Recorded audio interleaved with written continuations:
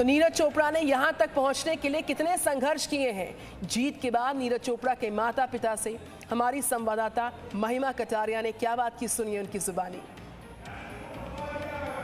100 साल से भी ज्यादा इंतजार के बाद भारत के गोल्ड का सपना नीरज चोपड़ा ने पूरा किया। हमारे साथ इस पर खास बातचीत करने के लिए मौजूद हैं उनके माता पिता। उनसे जानते हैं आंटी किस तरीके से जश्न की तैयारी कर रखी है कि जब नीरज आएंगे, किस तरीके से तैयारियां हो रखी है। बड़ी धूमधाम से और नाच गाने से, डीजे बजेंगे खूब। अंकल, आपको कैसा लगा जब आपने देखा कि नीरज ने गोल्ड लिया? क्योंकि अभिनव बिंद्रा ने 2008 में गोल्ड लिया, उसके बाद जावलिन को इतना फेमस बना दिया है कि अब जावलिन को नीरज चोपड़ा के नाम से जाना जाएगा। देखो, जावलिन का हम मानते हैं कि जैसे स्टार्टिंग उसकी हुई थी जिम जाने की, वेट ज़्यादा था उनका, तो जिम के पास ही स्टेडियम पड़ता अपना पानीपत शिवाजी स्टेडियम। वहाँ कुछ बच्चे पहले से जावलिन के जानने वाले और करने वाले थे, जो कई साल से उसमें काम कर रहे थे। तो ये वहाँ से जिम से का मतलब टाइम बचा के स्टेडियम में जाके बैठ जाता था, देखता था उनको वे थरो कैसे करते हैं, क्या करते हैं।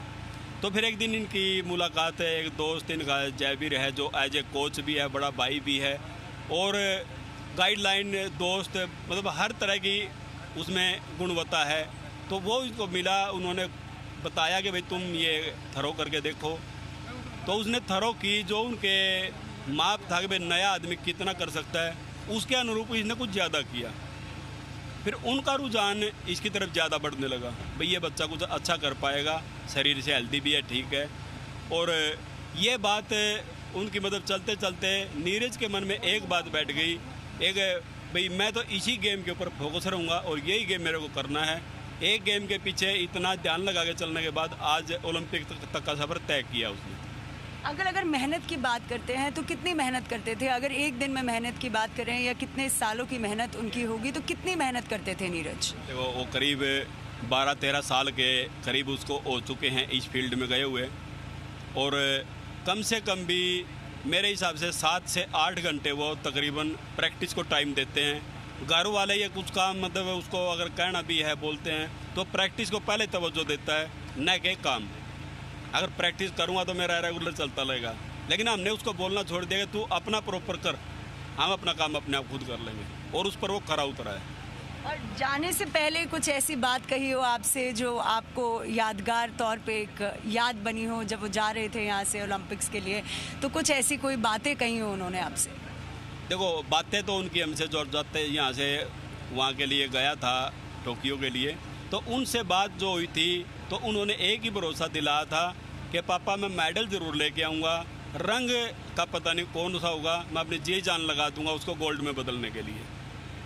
आंटी, अगर नीरज के बचपन की बात करते हैं तो कुछ बचपन की यादें बताइए नीरज की, कि कैसे थे बचपन में नीरज, क्या क्या शरारती थे, किस तरीका का उनका नेचर रहा है, कैसे नीरज रहे?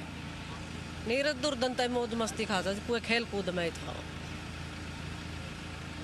और अगर खाने की बात करते हैं तो क्या क्या खाना नीरज को पसंद है? खाना तो सभी खा लेते हैं, जो हरियाणा का खाना है, दूध, घी, दही, खीर, हलवा, तुरमा। अब खास क्या आप बनाएंगे जब नीरज वापस आ जाएंगे? तो कोई उनकी ऐसी खास पसंदीदा डिश होगी जो खाएंगे वो? चूरमा है जिसका तो देसी खाना। तो हरियाणा का सबसे फेमस जो होता है वो चूरमा होता है, तो आप चूरमा? हाँ, चूरमा बना। तो देखिए किस तरीके से जो बच्चा एक समय पे अनफिट था, जो काफ़ी हेल्दी हुआ करता था, जो जिम जाता था, और एक दिन ऐसे ही स्टेडियम में गया, बैठा, जैवलिन थ्रो करते हुए देखा और आज भारत का सपना पूरा कर दिया। भारत के लिए 100 साल से भी ज़्यादा का इंतज़ार नीरज चोपड़ा ने पूरा कर दिया। Mahima Kataria, Zee media, Panipat. Presenting B News app, available on Google Play and App Store. Download it now.